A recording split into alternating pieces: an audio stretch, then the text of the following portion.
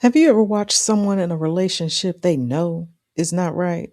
And you've thought to yourself, why don't they just leave? From the outside, it does look obvious, right? The signs seem to point to this is a bad relationship. And yet they stay. But let's turn the tables right quick. Because where in your life are you doing the exact same thing? Because when it comes to our careers, many of us are staying in roles that we have outgrown, environments that drain us, or even situations that no longer suit us.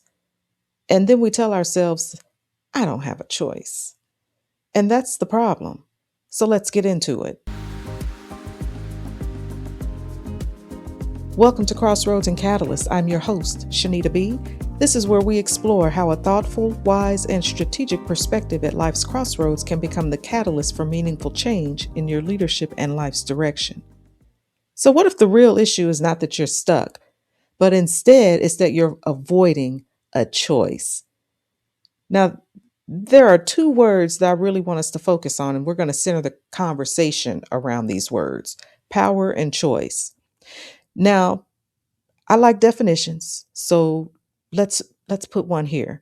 Power is your ability to act, to decide, to influence the direction of your life.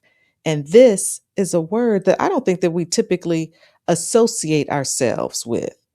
I don't know, have we been conditioned to not think of ourselves as powerful? Well, that might be another question for a different episode, but it's worthy of pondering, right? But moving on, we want to talk about the word choice. And choice is the set of options that are available to you. And this includes the ones that you don't like. Okay. Now, I do think that we've been conditioned to believe that we are limited in our choices. And I can't quite put my finger on it, but I think we become so bombarded with choices that it kind of relegates us to a non decision making stance to some degree. I'm just rambling at this point. Okay, but let me get back on track. So, when you do a thing that is not good for you, you automatically limit your choices and your power. And this is one of the things that I want to call out because when you're feeling stuck, it's I think that it's often the result of you rejecting the choices that you do have. Okay, so let me repeat that. Feeling stuck is often the result of rejecting the choices that you have. And what this reminds me of is, the all too relatable situation when someone says that they're hungry and then suggestions are made about what to eat. So, they'll say Mexican, Chinese, hamburgers, pizza, and you say, "Well, I don't want that. I just had that the other day. Oh, that doesn't sound too good. I'm not in the mood for that." And then after all that back and forth, you still say, there's nothing to eat. Well, I've done it too. So it's not as though this is something that's unique. So you're definitely not alone. But in all seriousness, the moment that you say that you don't have a choice, you've already given your power away.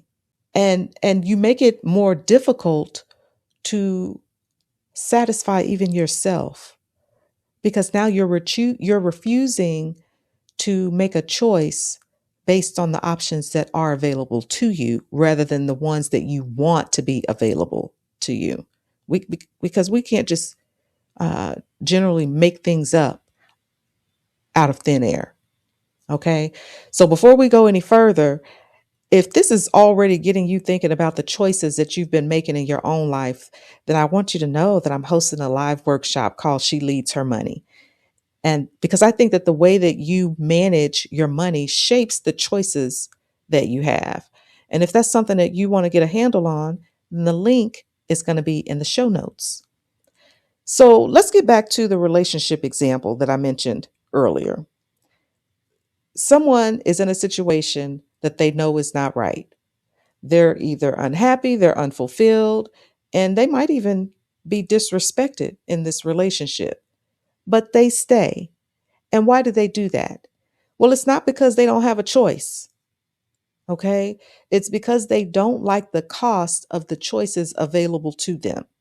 And I spoke briefly about this in episode 59. So I'll also make sure that that's in the show notes as well, because you'll want to check that out.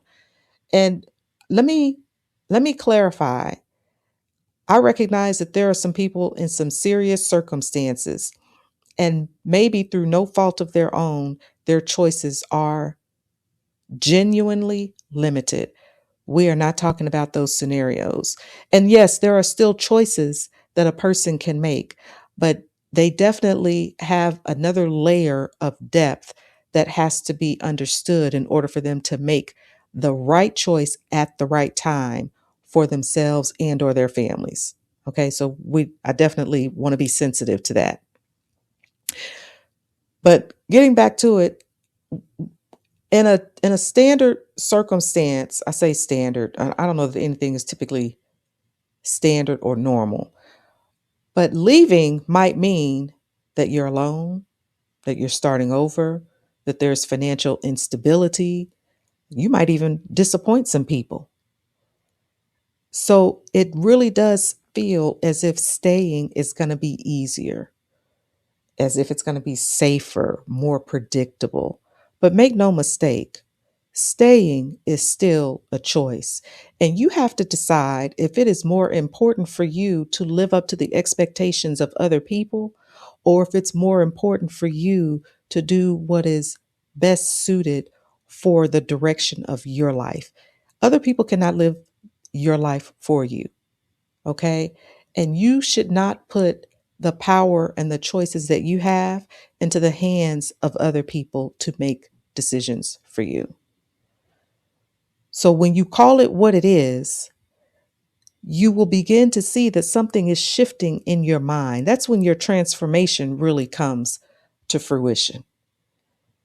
Because now you're no longer a victim of your circumstances. You're a participant in them. And that's when you realize, oh, wait a minute. I have been allowing myself to make these bad choices because I haven't really wanted to deal with the consequences of making those choices. And this can be with anything. This could be in your family relationships. This could be in your employment situation. This could be even in the house that you live in, the car that you drive. There are so many things that we can exercise power over and that we can choose. Yet, because we don't like a particular situation or the options that are available, we choose to stay. And again, this is uncomfortable. I think that we should probably all be uncomfortable because there are scenarios that have played out in our own lives um, where we just felt like our hands were tied. There's nothing that we can do. And really it came down to, I don't like those options, so I'm sticking with this. It's that goes back to that old saying, it's better the devil that you know than the devil that you don't. Okay. So we're going to bring this back to the career. How many times have you heard or even said, I can't leave this job, or I need this money and I'm not going to make this kind of money anywhere else? Or maybe you've even said that now is not the right time. But I want us to rethink this, okay? Because you can leave, and maybe there's a situation where you're choosing the financial stability over the uncertainty, or you're choosing the predictability over possibility. And I want to make this plain to you that there is no judgment in that.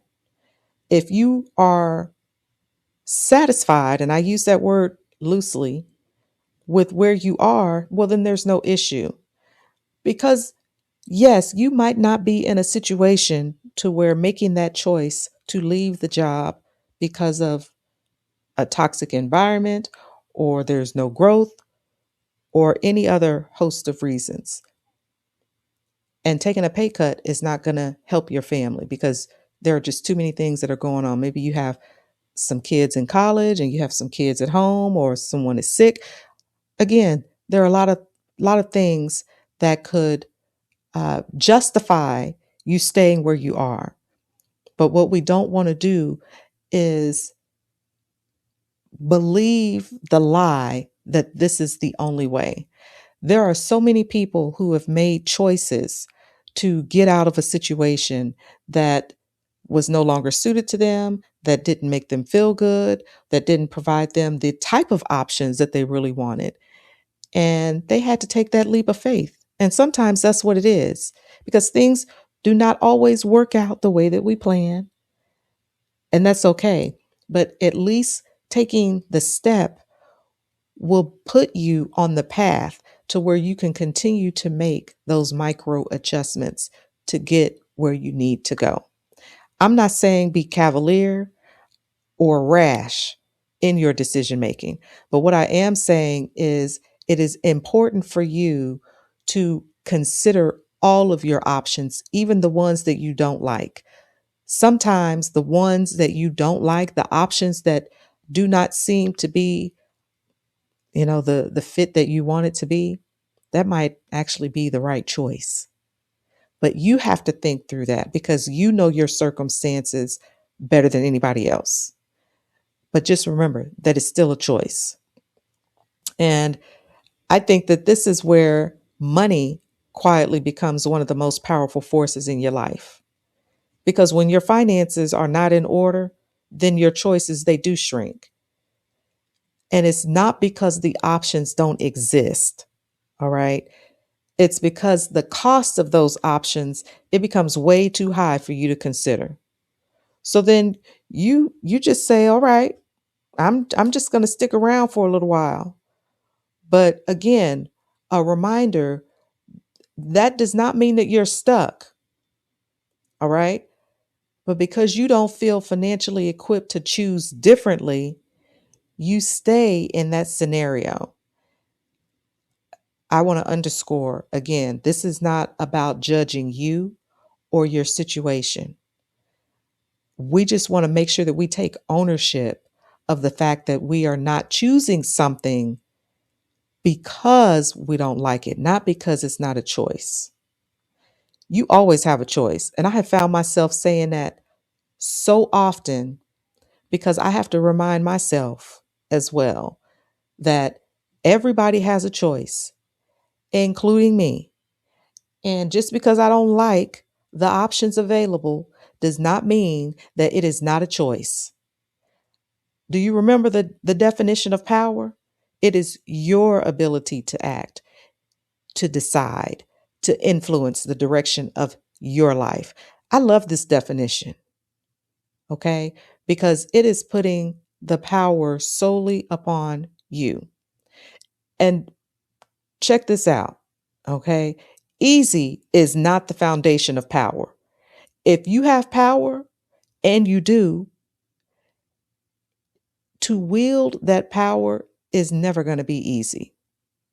I think, uh, just look at some of the examples. When you look at ancient history, you don't even have to look at ancient history. You can look at uh, our contemporary uh, fellow mankind around the world. And you see how these countries are run, whether they're run by dictators or some parliamentary or constitutional type bodies that are elected. Power comes in many forms. And when you see power on this spectrum, you see some abuse it and some they handle it well. And in any of those scenarios, whether you're on one end of the spectrum or another, the decision making is going to be very difficult. If you have children, you make decisions and exercise power over your children's lives because you have responsibility to direct their lives for as long as they are minors.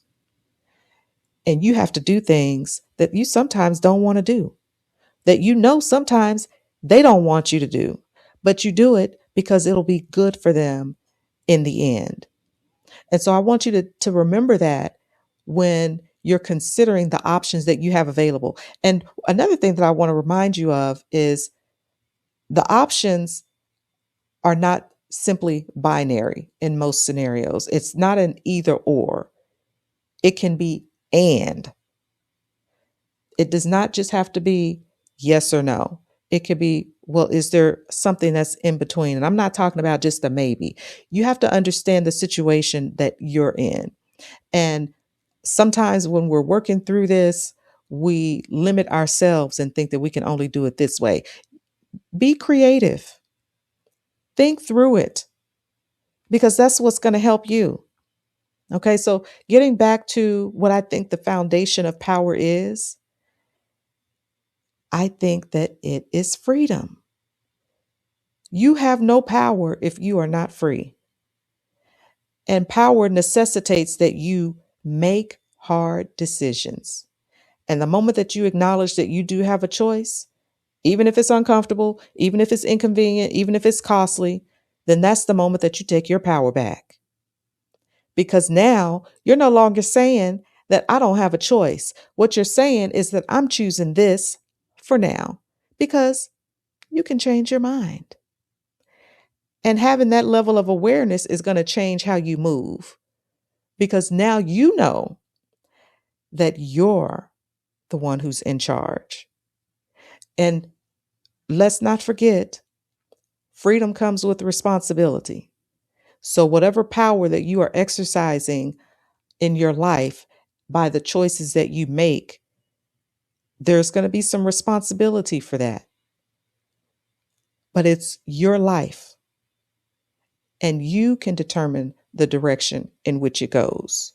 So I'm going to leave you with a question. Where in your life have you been saying that I don't have a choice? When really, the truth is, you don't like the options that are in front of you. Ponder that. And then next, what would you change if you started preparing yourself to actually choose differently? That's a good one. And I know that for many of you, that preparation starts with your money. And recognize that we all need it, and it doesn't just simply come down to paying bills. Money gives you the ability to create options, and that's what you want. It is giving yourself the ability to move and to pivot, to say yes or to say no from a place of strength because you're not bound to anyone or to anything. And with that in mind, this is one of the reasons why I'm going to be hosting a live workshop called She Leads Her Money. And so if you're ready to stop feeling like your finances are limiting your life and your leadership, and you want to start using them as a tool for your freedom and your choices, then I want you in the room. I want you to take a moment to look at the link so that you can register. You're going to find that in the show notes. And so I think that today has been a great episode. I want you to remember the definition of power and that it comes down to you influencing the direction of your life. You have power. Wield it wisely. Okay? So we have come to the end of today's episode. So be sure to share the podcast with at least one friend. That helps to show me that you are supporting me and that you're still listening. And I appreciate that you are. So until next time, be thoughtful, be wise, be strategic, and remember, crossroads reveal who you are. Catalysts shape who you become. Every decision matters, so make it count. I'll talk to you next week.